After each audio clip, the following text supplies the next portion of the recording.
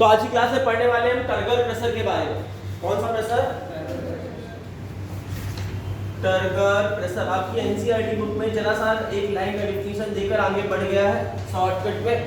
NCERT book में है लेकिन बहुत छोटा सा दिया हुआ है, लेकिन आपके क्वेश्चन कई बार आपके अंदर से पूछ लेते हैं थोड़े बहुत, तो थोड़ा अंदर तक हम जाके पढ़ेंगे, थोड़ा सा अंदर जाएंगे, ज्यादा भी नहीं, क्योंकि आपके एनसीईआरटी बुक में सिर्फ 4 लाइनों में दिया हुआ है। टर्गर प्रेशर को शॉर्टकट में क्या बोलते हैं? टीपी। टर्गर प्रेशर का शॉर्टकट क्या निकलेगा? टीपी कहीं लिखा है समझ आना, टर्गर प्रेशर लिखा है, पहली बात समझ में आ गई। एनसीईआरटी में ज्यादा समझ में नहीं आएगा, 4 लाइन का है, इसलिए पहले यहां समझने की कोशिश करो। टर्गर प्रेशर को शॉर्टकट में टीपी के नाम से जानते हैं। तीसरी बात समझ में आ गई। दूसरी बात समझना, ये एक सेल है, इसको अगर हाइपरटोनिक सॉल्यूशन में रख दिया जाए, हाइपरटोनिक सॉल्यूशन का मतलब समझते हो, बाहर कंसंट्रेशन ज्यादा होगा कि कम होगा एज कंपेयर टू सेल? ज्यादा होगा। क्लियर है ना? तो बाहर कंसंट्रेशन ज्यादा है, मतलब सेल को अगर हाइपरटोनिक सॉल्यूशन में रखा जाएगा, इसमें सेल में अंदर पानी जाएगा या सेल से बाहर पानी आएगा? एक्सो ऑस्मोसिस या इंडो ऑस्मोसिस? एक्सो। सेल पिचक जाएगी या फूल जाएगी? स्वेल या श्रिंक? श्रिंक हो जाएगी, और इसकी वजह से सेल को क्या बोलेंगे? प्लाज्मोलाइज्ड सेल कहेंगे। क्लियर है इस बात? अच्छी बात है। अगर सेल को हाइपोटोनिक सॉल्यूशन में रखा जाए, कौन सॉल्यूशन में? Hypotonic solution. तो हाइपोटोनिक सॉल्यूशन में, कौन सॉल्यूशन में? हाइपोटोनिक सॉल्यूशन का कंसंट्रेशन ज्यादा होता है कम होगा? सेल के कंपेयर में थोड़ा कम होगा, कंसंट्रेशन होगा लेकिन बहुत कम होगा। तो हाइपोटोनिक सॉल्यूशन रखा जाए, सेल में क्या होगी? Indo osmosis. सेल के अंदर पानी जाएगा, बाहर सेल स्वेल हो जाएगी या श्रिंक? स्वेल हो जाएगी। क्लियर इतनी सी बात? सेल को अगर हाइपोटोनिक सॉल्यूशन में रखा जाता है तो सेल के अंदर पानी घुस जाएगा। पानी जो बाहर में घूम रहा था, ये पानी कहां चला जाएगा? सेल के चला गया कि नहीं चला गया? पानी कहां इंटर कर गया? Water enter inside the cell. का साइज फिक्स होता है कि छोटा बड़ा होता है? सेल का शेप फिक्स होता है। सेल के बाहर क्या होती है? प्लांट की सेल में साधारणतः क्या होती है? Cell wall. Cell wall rigid होती है कि फ्लेक्सिबल होती है? शेप चेंज कर सकती है कि नहीं कर सकती है? नहीं कर सकती है। सेल अपना शेप चेंज नहीं कर सकती है। पानी घुस गया, पानी जब घुसा तो अंदर प्रेशर जनरेट करेगा कि नहीं करेगा? सेल को बड़ा करने की कोशिश करेगा कि नहीं करेगा? बलून के अंदर हवा भरते तो बलून बड़ा करता कि नहीं करता? तो बलून फ्लेक्सिबल था, बड़ा हो जाता है। लेकिन सेल कैसी है? रिजिड सेल वॉल है, इसलिए बड़ी होगी क्या? ये प्रेशर जनरेट करेगा कि नहीं करेगा? कहां पर जनरेट करेगा? धक्का मारेगा किसको? दीवार को। सेल की वॉल पे धक्का मारेगा। कौन मारेगा? ये पानी जो अंदर घुस गया। ध्यान से समझना, जब सेल को हाइपोटोनिक सॉल्यूशन में रखा जाता है तो पानी इसके अंदर घुस जाता है, और ये अंदर घुसा हुआ पानी, these water molecules generate pressure on against the wall। Wall के अगेंस्ट में प्रेशर जनरेट करते हैं। Against the cell wall, cell wall के अगेंस्ट में प्रेशर जनरेट करते हैं। कौन जनरेट कर रहा है? वाटर। किधर की ओर प्रेशर जनरेट कर रहा है? बाहर की ओर धक्का मारा, बड़ा करने की कोशिश कर रहा है सेल को, एक प्रेशर जनरेट कर रहा है। कब कर रहा है? When cell placed in a hypotonic solution, then water enter inside the cell and these water molecules generate a pressure against the cell wall। cell wall पे प्रेशर जनरेट कर रहा है कि तुमको बड़ा होने दो। against the cell wall, this pressure is known as turgor pressure. इसी प्रेशर को टर्गर प्रेशर कहते हैं। जितना प्रेशर लगाएगा उसकी टर्गर प्रेशर वही कहलाता है। रिपीट करें, सुनो। When a cell placed in a hypotonic solution, जब सेल को हाइपोटोनिक सॉल्यूशन रखा जाता है तब water enter inside the cell, पानी सेल के अंदर चला जाता है। These water molecules generate a pressure, ये वाटर के मॉलिक्यूल्स प्रेशर जनरेट करते हैं against the cell wall, cell wall के अगेंस्ट में। This pressure is known as turgor pressure. यही प्रेशर को हम टर्गर प्रेशर कहते हैं। कौन जनरेट करेगा? वाटर का मॉलिक्यूल। कब करेगा? जब उसको हाइपोटोनिक सॉल्यूशन रखा जाएगा, जब उसके अंदर पानी ज्यादा हो जाएगा, ये पानी प्रेशर जनरेट करेगा। कितना ज्यादा करेगा? अब जल्दी से बताना, पानी कब तक घुसता रहेगा अंदर? जब तक कि इक्विलिब्रियम नहीं हो जाएगी दोनों जगह।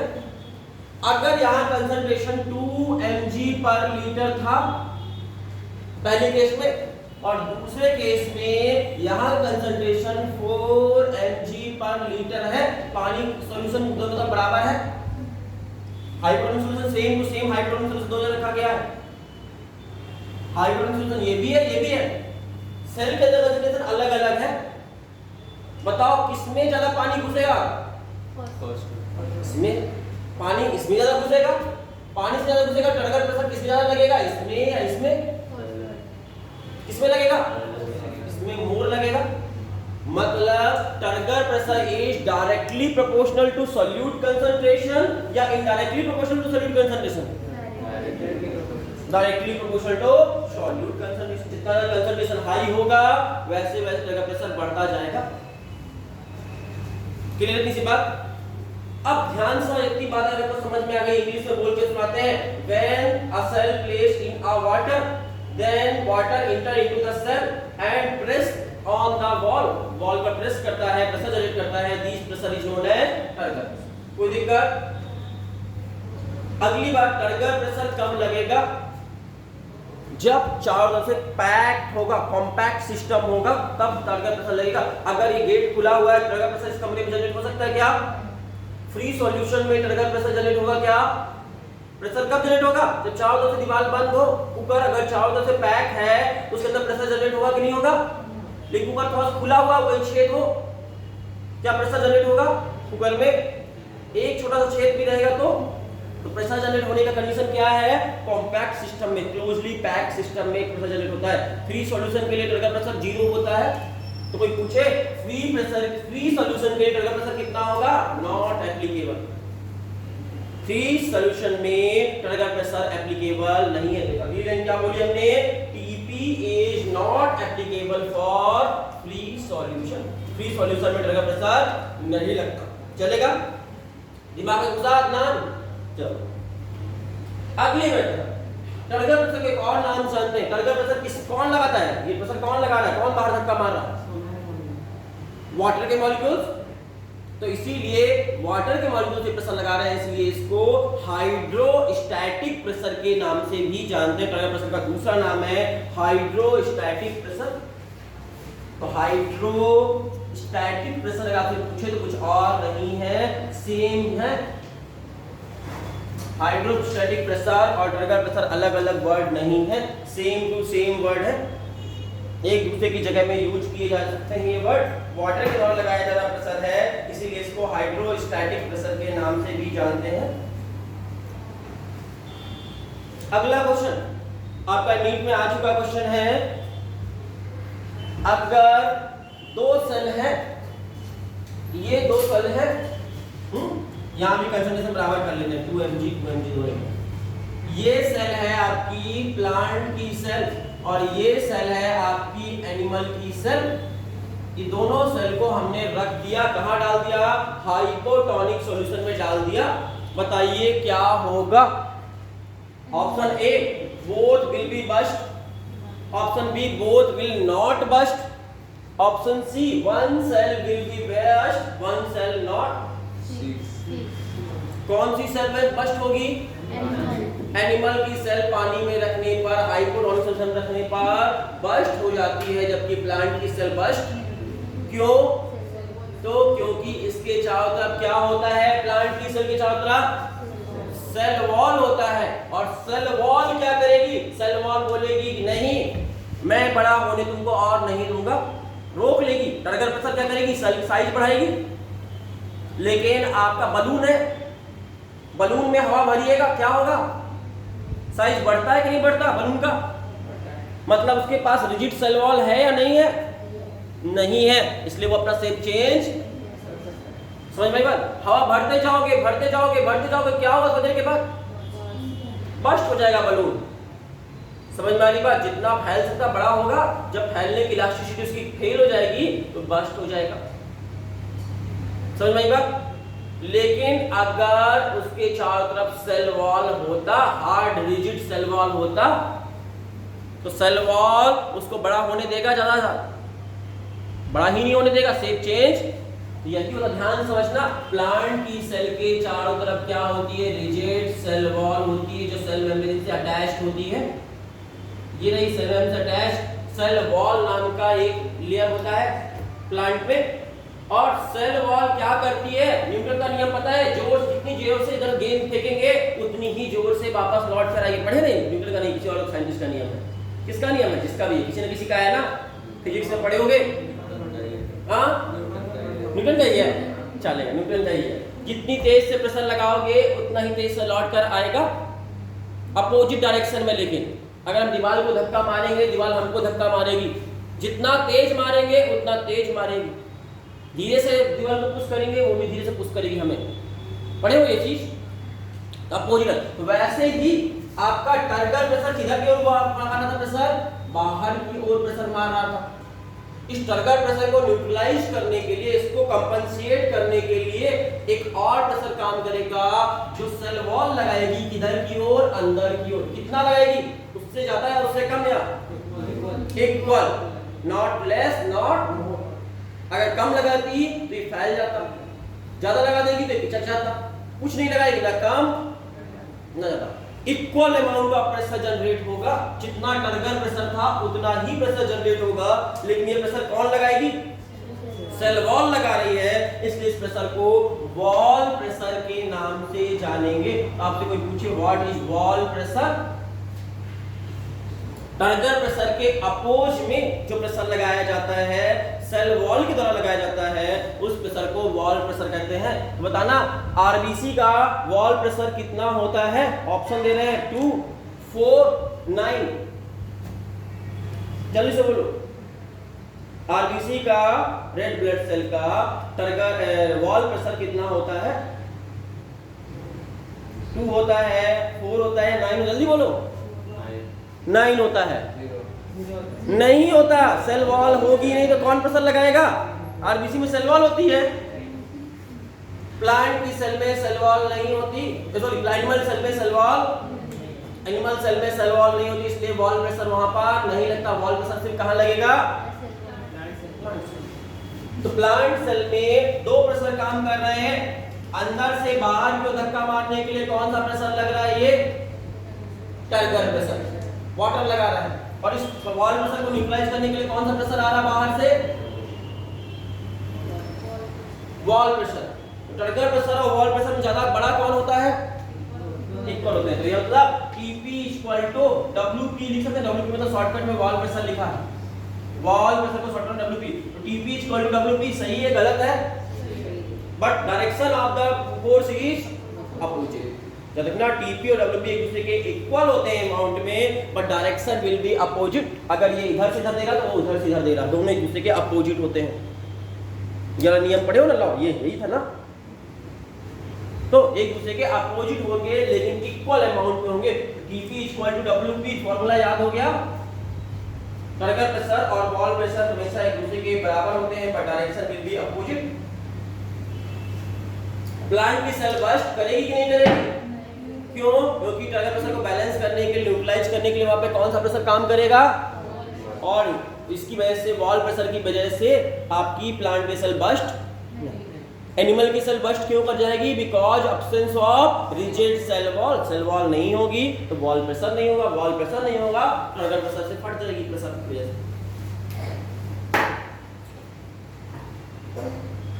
अगली बात, टर्गर प्रेशर मैक्सिमम कब होगा? सब ध्यान से सुनना, मिटा रब कर देना। टर्गर प्रेशर मैक्सिमम कब होगा? मैक्सिमम कितना हो सकता है? तो देखना कितना प्रेशर हो सकता है मैक्सिमम, कितना पानी अंदर घुस सकता है मैक्सिमम, जितना उसका ऑस्मोटिक प्रेशर होगा उतना ही पानी अंदर आएगा ना। मैक्सिमम पानी कितना सकता है? उसके ऑस्मोटिक प्रेशर के बराबर। याद रखना, टीपी मैक्सिमम कब होगा? मैक्सिमम टीपी कब होगा? तो मैक्सिमम टीपी कब होगा? जब टीपी बराबर हो जाए किसके? ऑस्मोटिक प्रेशर के बराबर हो जाए। तो हाईएस्ट ये हो सकता है, टीपी = ओपी, हाईएस्ट, इससे ज्यादा नहीं हो सकता। Max to max turgor pressure कितना हो सकता है किसी भी सॉल्यूशन का, किसी भी चीज का? ऑस्मोटिक प्रेशर के बराबर मैक्सिमम वैल्यू है ये इसकी, ठीक है। कब होगा ये मैक्सिमम वैल्यू, कब होगा? ऑप्शन आपको दे रहे हैं, ऑप्शन ए फ्लैसिड सेल में, ऑप्शन बी नॉर्मल सेल में, ऑप्शन सी आपके प्लाज्मोलाइज्ड सेल में, ऑप्शन डी टर्जिड सेल में। किसमें होगा ये मैक्सिमम?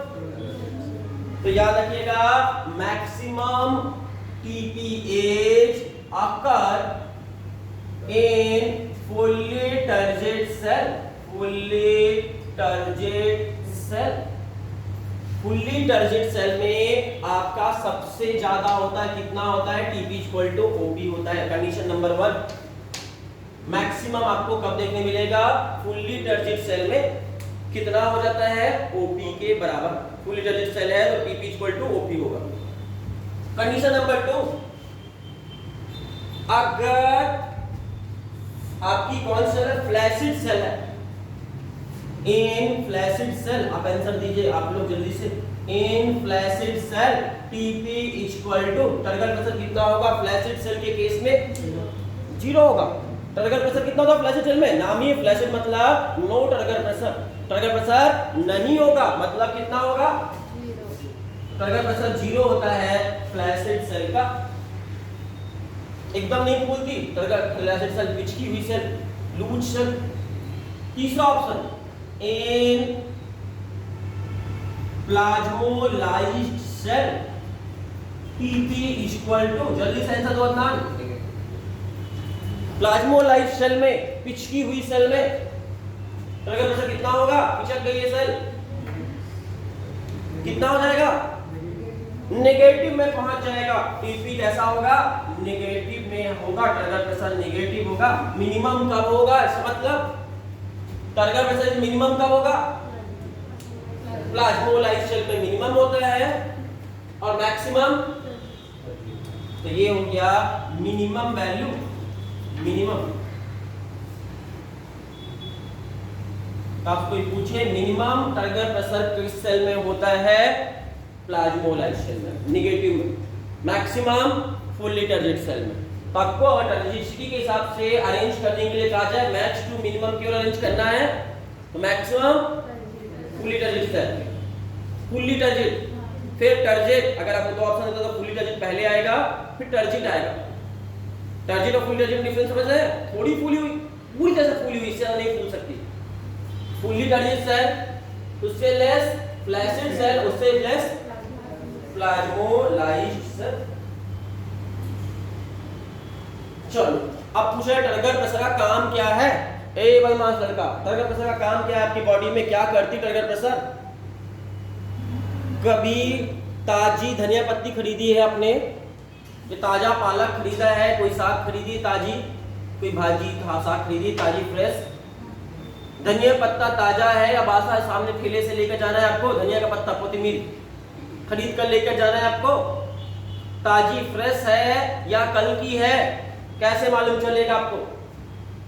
फ्रेश है या बासी है कैसे मालूम चलता? कैसे जानते कि ताजी है ये धनिया पत्ती या कल की हो गई है?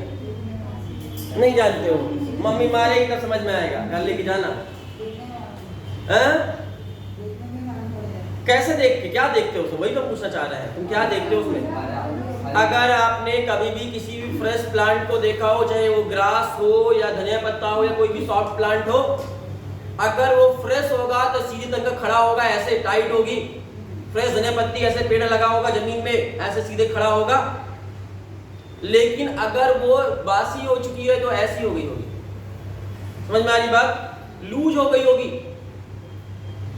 सीधे तंग खड़ा होना और ये ऐसे होना, दो तरह का है। आप फ्रेश धनिया पत्ती और बासी धनिया पत्ती देख लेना, एकदम ताजी तोड़ के पेड़ से उखाड़ी हुई धनिया पत्ती देखना, एकदम फ्रेश खड़ी होगी, ऐसे पेड़ को ऐसे लगा दोगे, लगा हुआ रहेगा, खड़ा रहेगा पूरा अपने दम पे।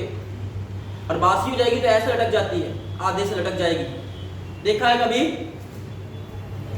क्यों ऐसे सीधे में खड़ी होगी, क्यों ऐसे झूली हुई रहेगी? टर्गर प्रेशर की वजह से।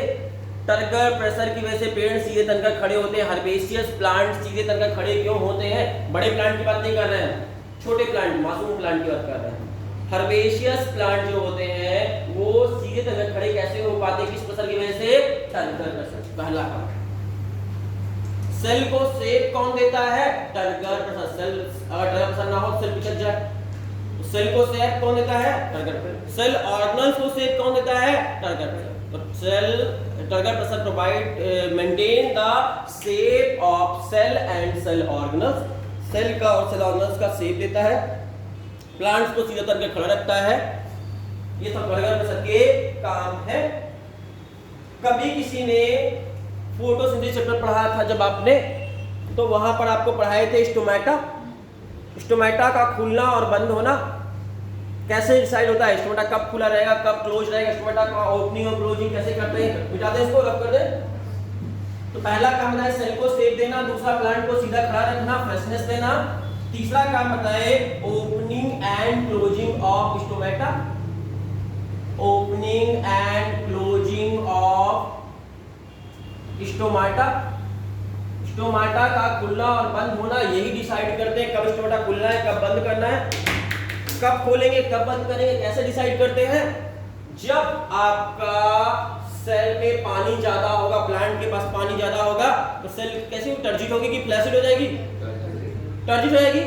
कौन सी सेल टर्जिट होगी? Guard cell. गार्ड सेल जो स्टोमेटा के चारों तरफ जो सेल होती है उसको गार्ड सेल कहते हैं। गार्ड सेल टर्जिट हो जाएगी। और अगर गार्ड सेल टर्जिट हो गई, गार्ड सेल जो है अगर वो टर्जिट रही, स्टोमेटा खुल जाएगा। टर्जिट रही तो क्लियर है।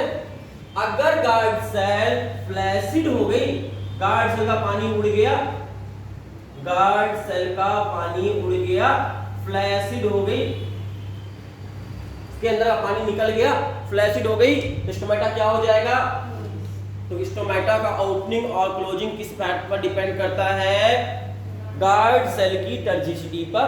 टर्गर प्रेशर उसे खोल कर रखता है, और टर्गर प्रेशर कम हो गया, फ्लैसिड हो गई सेल, तो वो बंद हो जाएगा स्टोमेटा।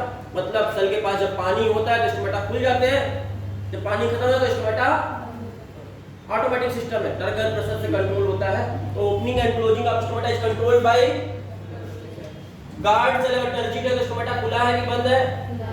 गार्ड सेल में फ्लैसिड सेल फ्लैसिड हो गई है तो स्टोमेटा बंद। समझ गए?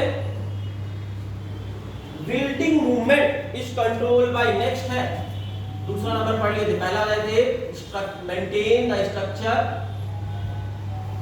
Maintain the structure of cell and cell organelles, दूसरा ये, तीसरा building movement.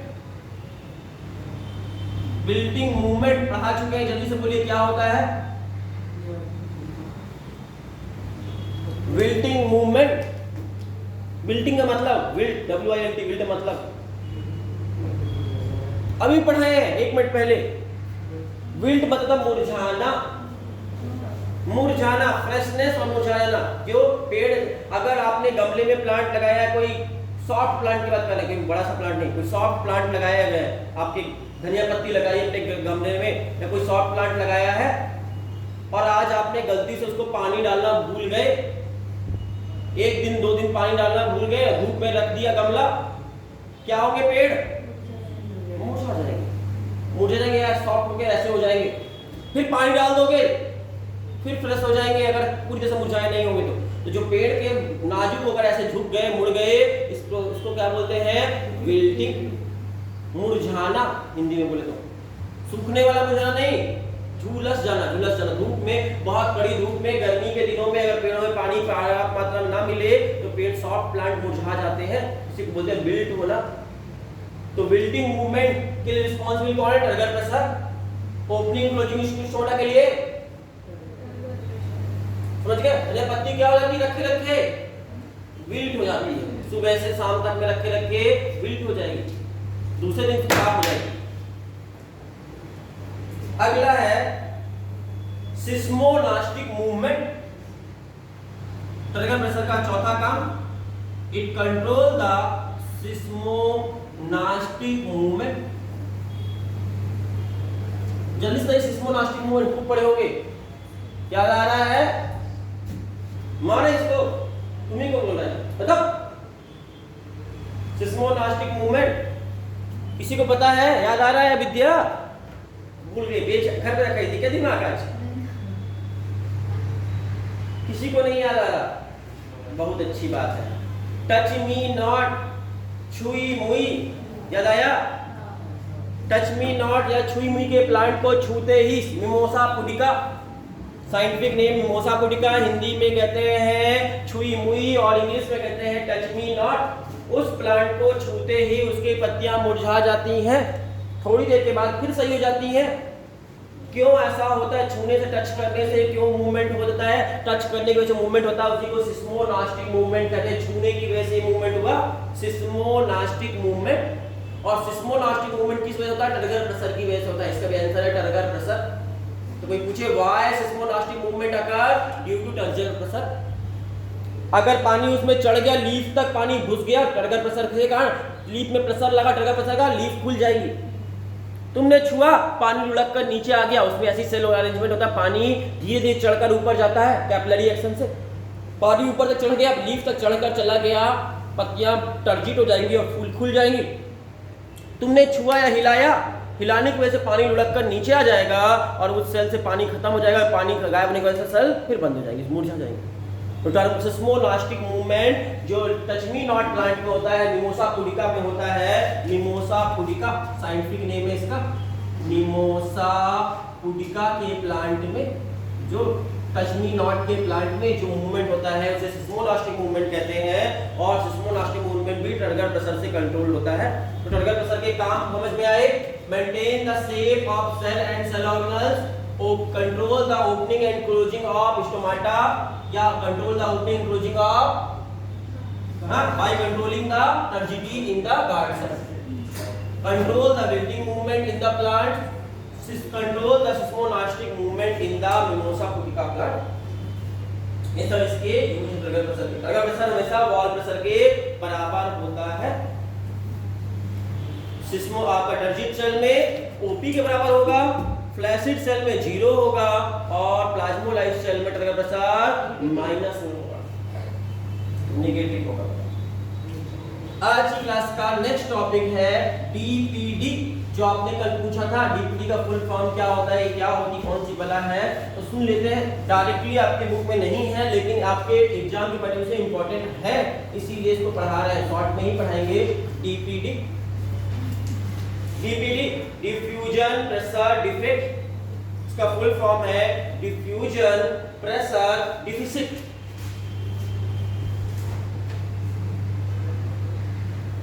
Diffusion pressure deficit, CIT लिखा हुआ है। डिफ्यूजन प्रेशर डिफिसिट, इसको सक्शन प्रेशर के नाम से भी जानते हैं। डिफ्यूजन प्रेशर डिफिसिट डीपीडी भी बोलते हैं और इसी को सक्शन प्रेशर के नाम से भी जानते हैं। Suction pressure,